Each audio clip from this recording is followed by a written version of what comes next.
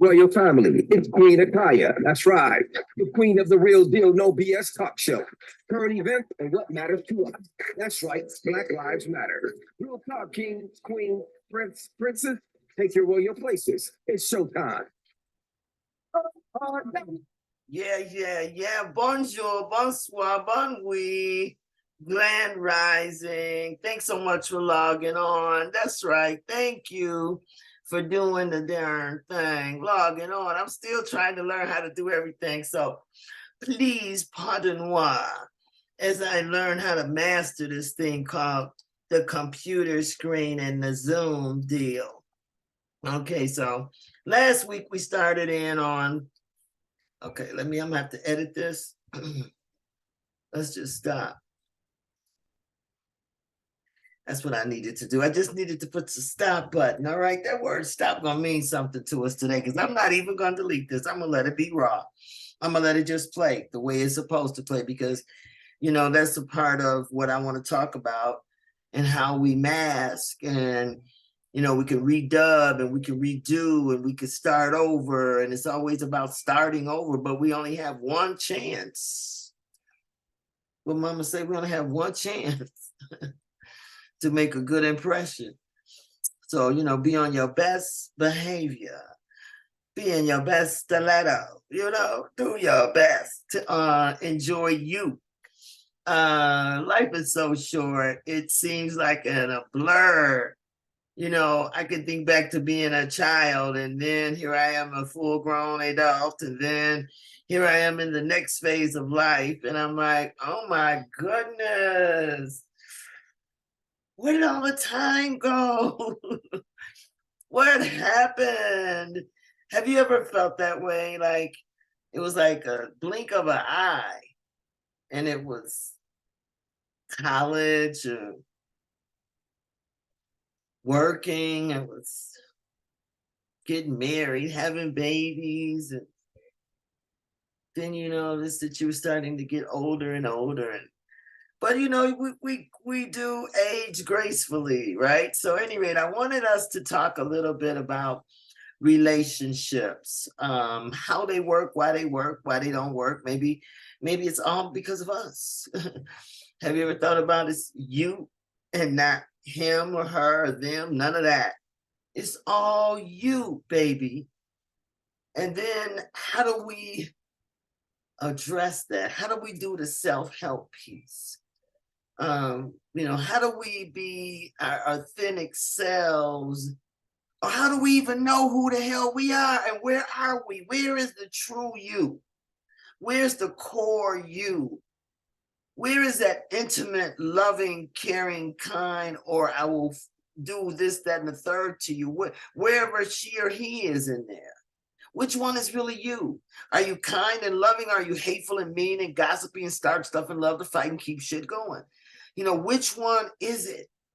So, when we deal with the peeling of an onion, the layers and layers and layers that we go through, when do we know enough is enough? And when do we know that this is the right move? And when do we not know if this is the right move?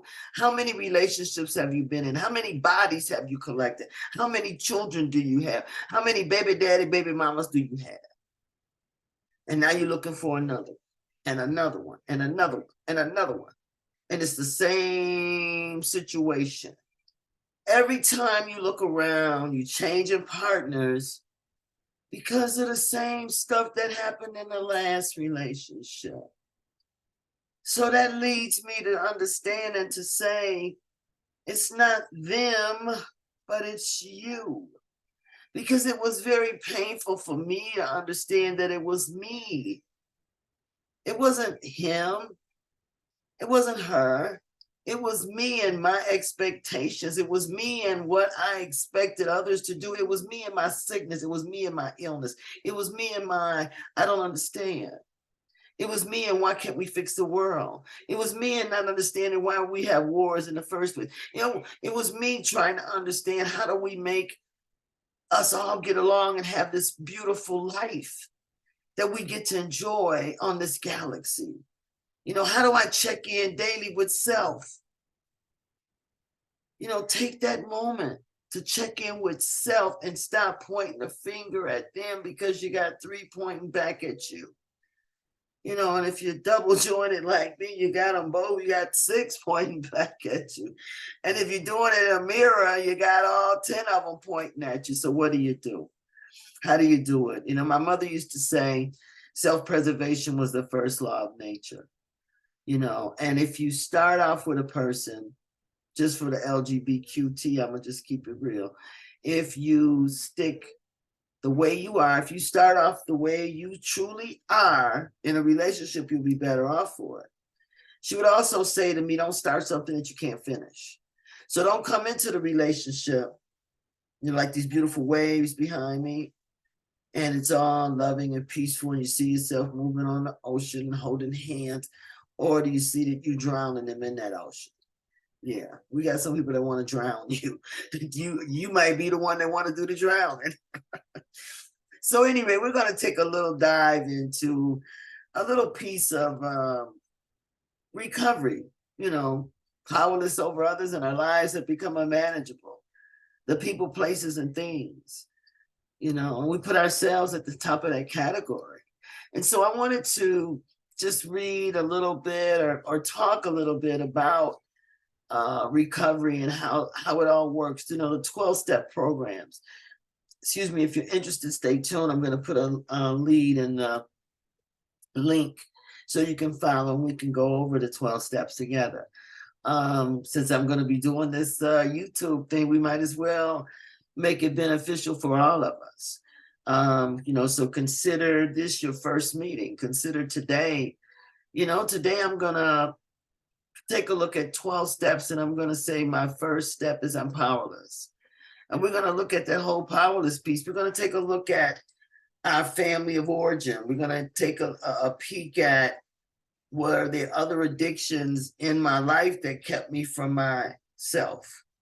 What did I do? Did I shop? Did I drink? Did I drug? Did I smoke? Do I lie, cheat, and steal? Do I BS everybody around me? Or am I one of those loving, caring, give my whole life to you situation and wonder why you're not giving it back to me? Did I say grand rising? Did I say grand evening? Did I say bonjour, bonsoir, bon nuit, nagadaf? Yeah, I forget. We're international here, so we got to keep it moving.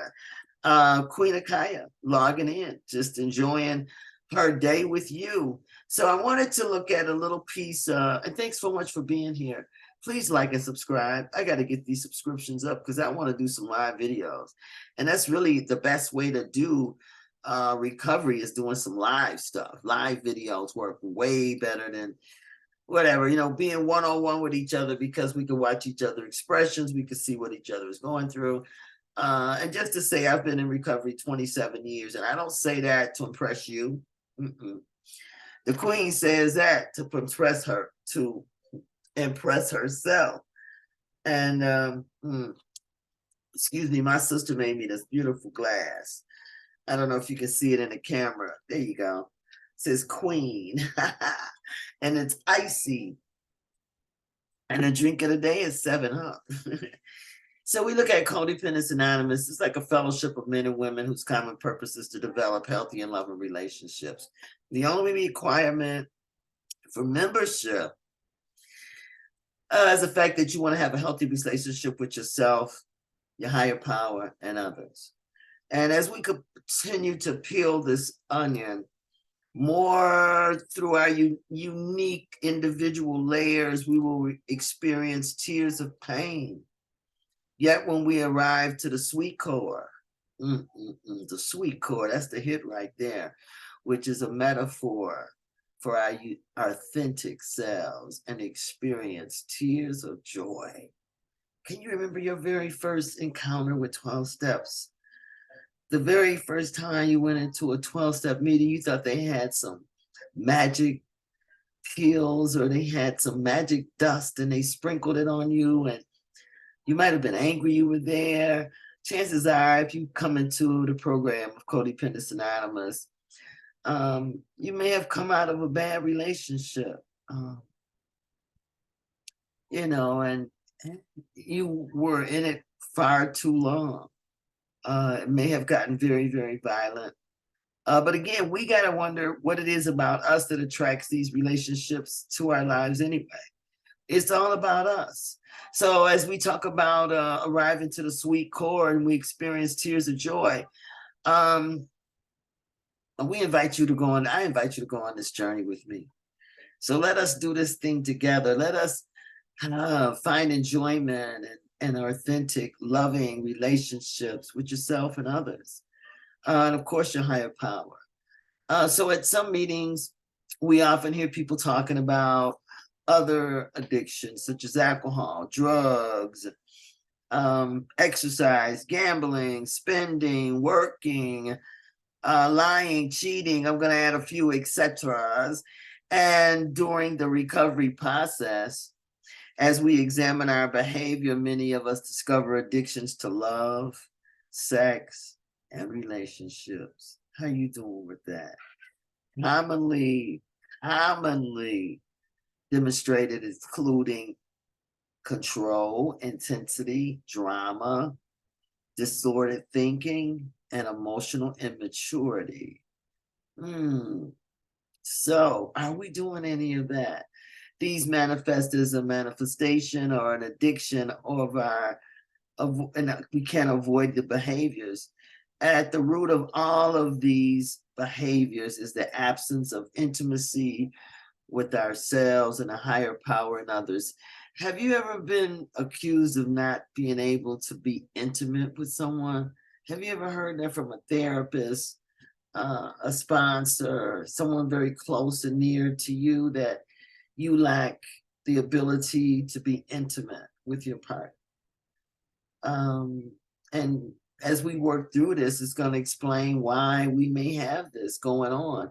At the root of all these behaviors is an absence of intimacy with ourselves or our higher power or others. Through examining the patterns and characteristics of our codependency on a deeper level, we peel back more and more layers of the onion. As we explore, we gain insight. Yeah, we're going to gain a lot of insight. We may experience tears of pain and relief, discovery and regret and joy. Relief, discovery, and regret and joy. I'm sitting here now and I'm listening to my brother behind me talking about he fell in love and jumped in the deep end. It's softly playing in the background. I don't know if you could hear that. That's how most relationships start off. You know, we fall in love the moment we see that person or what we think is love. They walk into the room and we like, wait, I really want to meet that person. No, it's more like, nah, I want a taste of that person. Did I say sex addiction was also on that list? Yeah, so anyway, just keeping it a billion because I'm not keeping it 100. I want it to be a trillion. Knock it out the park, baby, because that's what it's all about, is keeping it real with our emotions and what's going on with our emotional situation, man. We don't want to end up in a fetal position. We don't want to end up in a uncomfortable position because we couldn't control that individual, because they kept saying no. They refused to do the things we wanted them to do, and we refused to let go, or we pushed harder, tried harder, prayed longer. You know, please God, help me to get this situation this way. And then when you get him in your life, you look around and say, nah, I don't really like him. He's not really that emotional for me. I need a brother to be a little bit more emotional, get deeper in his mind and his thoughts, and, you know, penetrate my spirit, as well as my body and my mind. And I mean, we want our mates to do pretty much everything. Everything. Seriously, but we don't want to look at it. We don't want to start peeling that onion. So we're going to take a look at peeling this darn onion. That's what it's all about today. We're going to jump in, peeling the onion. We're going to talk a little bit about love anorexia. Have you ever heard of that? Do you know anything about that? So, you know, let the queen guide you. We're going to guide you right on through this. Trust and believe you're going to find out a lot of things about yourself that you really did not know if you even existed. And the fact that people try so damn hard so we try, we just intensely just, and I'm keep saying we because I too have done that. You know, I've gone as deep as going to another continent trying to find a man. Yeah, I'm gonna pull the covers off me too, because that's what it's all about. So we're gonna look at a little bit about peeling the onion, and we're also going to look at relationship addiction. So, and a little bit about it says many people join this fellowship after a relationship is ended painfully. Some of us have patterns of serial relationships, while others stay in relationships even if it's physical or emotional abuse occurs. If somebody's doing something to you, beating you to an inch of your life, or threatening to beat you to an inch of your life, or actually threatening you and you scared every time they come near you, yeah, I can relate to that because I've lived that. I've been in a relationship with a man who rewired the building to blow it up. And I was what? Twisted. So as we jump into or do we jump into new relationships and attempt to avoid feeling the pain? The relationship's over. We've moved out. We've moved on a little bit. We're still driving by the house, still peeking in the windows. We're trying to see if the lights are on, trying to see if there's another car. I know. Come on with it. Keep it 1,000,000,000%. It's done, but it's not done. You know, you can't let go no matter what. You just hold on because you're so in love with that person, and you praying and you wishing and you hoping this time it'll be different. So before you knock on that door, let's work through some stuff. Let us get right to that part, rather than working on issues with the current partner, or some people seek happiness outside of the relationship through emotional infidelity. Or, now which one's worse, emotional infidelity or the act of making love or sex or whatever you want to call it? Is that is that what it's really all about? The emotional connection when you get back together with someone? Have you ever been that makeup sex? Others avoid relationships by enmeshing themselves in activities or engaged in different addictive behaviors out of the fear of intimacy or failure. Some of us continue to look for perfect. We look for the perfect soulmate. If you're currently in a committed relationship, you may be emotionally involved with more than one partner. Some of us engage in several of these relationships simultaneously. These patterns of living can be classified as addictions, and all driven by our codependency. It says a lot right there. And relationship addictions. Which one are you? All right. Next week, we're going to take a look at fear of not being enough. We want to keep these videos as short and sweet as possible.